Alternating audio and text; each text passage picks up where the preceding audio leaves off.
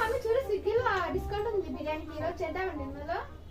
వద్దు, డైలీ బయటికి తింటే ఆరోగ్యం అయితే ఖరాబ్ అవుతుంది.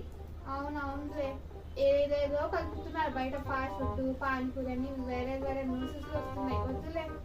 అందుకోసమే ఈ రోజు నుంచి నేను కుక్ చేస్తా, ఇంట్లో తిందాం మనం. అవునవును, ఎందుకంటే బిల్లు కూడా చాలా వస్తుంది. పొద్దున నువ్వు ఏం చేయాలంటే పొద్దున మొలకలు నానబెట్టు బ్రేక్ఫాస్ట్ లా, లంచ్ లో మంచిగా పప్పు దాల్ రైస్ చేయి, డిన్నర్ లో అయితే చపాతీస్ చేయి.